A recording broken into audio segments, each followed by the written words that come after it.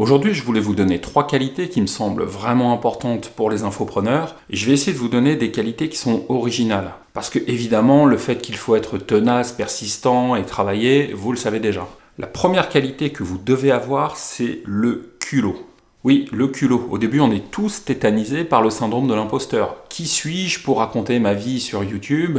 Qui suis-je pour donner des conseils à mon audience ? Je ne suis pas champion du monde, je ne suis pas assez fort, je ne suis pas assez qualifié, que vont dire les gens ? La réalité, c'est que si vous n'avez pas une petite dose de culot, vous avez peu de chances d'y arriver. Je vous donne un exemple tout simple, mais quand on se lance sur Internet, contacter des personnes influentes, ça peut être un véritable accélérateur à trafic. Vous pouvez trouver quelqu'un sur LinkedIn et lui proposer une interview. Vous pouvez trouver un YouTuber et essayer de lui proposer un contenu collaboratif. Si vous n'arrivez pas à dépasser cette petite peur de contacter les gens, vous allez vous priver d'un véritable bonus pour votre business. Mais ça continue ensuite dans la création des contenus gratuits et la création des contenus payants. Vous devez oser vendre sans avoir peur du rejet. En ce qui concerne les haters, le rejet, les emails négatifs, le meilleur conseil que j'ai trouvé, je l'ai lu dans un petit e-book à 1 € qui a été écrit par John Locke. Alors, rien à voir avec la série Lost, John Locke, c'est un des plus gros vendeurs d'e-books sur Amazon. C'est quelqu'un qui écrit des e-books d'espionnage, zéro prise de tête,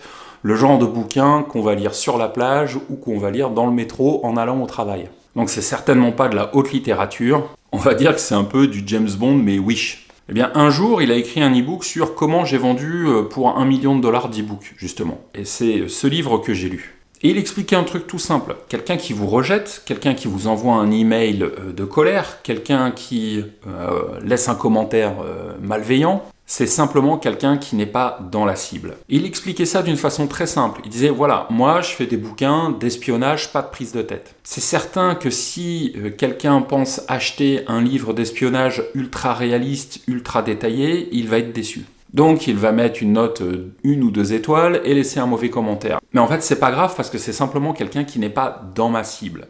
Et sa vision des choses, c'est que si lui il est persistant sur ce qu'il fait, au fur et à mesure il va y avoir un écrémage. Les gens qui vont pas être dans la cible vont délaisser son contenu, ou alors les algorithmes d'Amazon ne vont plus leur proposer son contenu.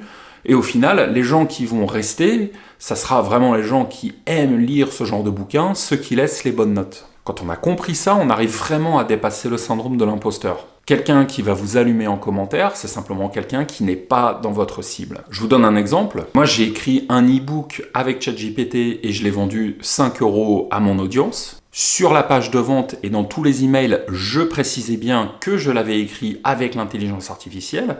Je me suis pris plein d'emails de gens en colère me disant que c'était pas de l'écriture. Je suis d'accord avec eux, c'est pas vraiment de l'écriture. N'empêche que le résultat est quand même là et mon e-book est bon. Évidemment, ces personnes n'ont pas acheté mon e-book. Elles n'étaient simplement pas dans ma cible. Cela ne m'a pas empêché de faire des ventes extrêmement satisfaisantes. La deuxième qualité intéressante quand on est infopreneur, après avoir vu le culot, c'est l'intuition sociale. C'est de comprendre rapidement ce qui va capter l'attention, ce qui va faire réagir, ce qui va pousser à l'action. Que ce soit dans une vente, dans un email ou dans un contenu. Moi par exemple, dans mon business, je sais qu'il y a un type d'email qui fait toujours réagir, pour lequel j'ai toujours plein de réponses, c'est les emails motivationnels. C'est pas des emails dans lesquels je vais donner des tutoriels, des conseils ou des analyses marketing, c'est simplement des emails dans lesquels je vais encourager mon audience. Et en fait, c'est assez simple à comprendre, parce que oui, devenir infopreneur, c'est du boulot, c'est compliqué, il y a des moments de découragement, donc mon audience a besoin aussi d'entendre un message réconfortant et de motivation pour continuer à avancer. Et là, on est purement dans l'émotionnel, ça fait réagir les gens, et en général, quand j'envoie des emails de ce genre, j'ai énormément de remerciements. C'est sur ce principe que repose beaucoup de contenus qu'on appelle momentum, c'est-à-dire qui vont surfer sur une actualité. C'est par exemple ce qui explique le nombre de vues importantes de ma vidéo dans laquelle je fais le lien entre les incendies de Los Angeles, les différences culturelles entre les États-Unis et la France et les répercussions que ça a dans l'infoprenariat. Alors je sais, quand je le raconte comme ça, on se demande comment je fais pour passer des incendies au marketing, mais peu importe. C'est une vidéo qui a marché parce qu'elle a été lancée pendant les incendies de Los Angeles. Donc je suis certain que dans votre thématique, il se passe des choses. Il y a des nouvelles tendances, du nouveau matériel, des nouveaux logiciels, des nouveaux concepts. Ou alors peut-être que vous pouvez faire le lien entre un événement de l'actualité et votre audience. Ainsi, j'ai vu que Oussama Ammar, il y a quelques jours, avait publié une vidéo dans laquelle il parlait d'Elon Musk. C'est certain que depuis la réélection de Donald Trump, Elon Musk est vraiment sur le devant de la scène, ça génère beaucoup de commentaires, donc en choisissant ce sujet, il savait qu'il surfait sur une tendance du moment. Et ça, c'est intéressant en termes de trafic. La troisième qualité, c'est l'obsession pour les chiffres. C'est littéralement ce qui a permis à MrBeast de devenir le premier YouTuber du monde. Franchement, MrBeast, il vient de loin. Quand vous plongez dans les tréfonds de sa chaîne, il était loin à ses débuts d'avoir le succès qu'il a aujourd'hui. Et quand il s'est lancé, il y avait déjà des YouTubers énormes, style PewDiePie, etc.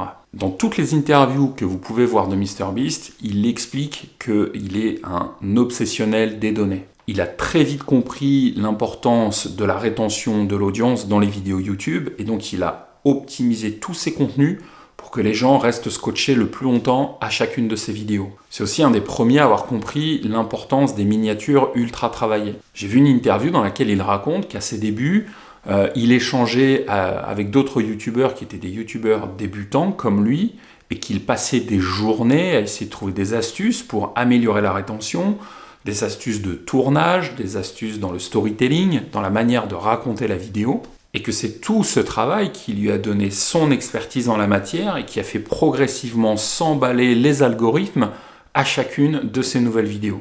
À chaque fois que vous publiez un contenu, allez voir les chiffres. Et ça commence dès l'email. Quel a été le taux de clic? Quel a été le taux d'ouverture? Comment faire mieux? Si vous êtes blogueur, combien de personnes ont lu votre article? Et comment faire mieux? Quel a été le taux de rebond? Et comment faire mieux? Si vous êtes youtubeur, quelle a été la durée de visionnage moyenne de votre vidéo et comment faire mieux? Avez-vous utilisé les outils de split test, donc qui permettent de comparer plusieurs miniatures YouTube, et avez-vous identifié celle qui est la plus performante et quelles leçons en avez-vous tiré? Si vous avez cette obsession du chiffre, vous allez développer votre audience, et finalement c'est beaucoup plus intelligent de le faire comme ça que de multiplier par exemple les réseaux sociaux. C'est beaucoup plus intéressant d'identifier un média, donc je sais pas, Instagram, YouTube ou un blog, peu importe, mais de se donner le temps de tout analyser pour devenir meilleur de contenu en contenu, plutôt que de se lancer sur Insta, sur LinkedIn, sur YouTube, sur un blog, bref, de multiplier les médias, sans jamais avoir le temps d'essayer de comprendre et d'optimiser les choses. Ça vous mènera nulle part. Donc voilà, je récapitule. Culot, intuition sociale et obsession sur les chiffres. 3 qualités qui vont vous aider à développer votre business en ligne. Je vous invite à vous inscrire à ma newsletter, vous avez le lien dans la description. En échange, vous recevez 2 formations gratuites, mais surtout mes conseils par email, réservés uniquement aux membres. Merci, à bientôt.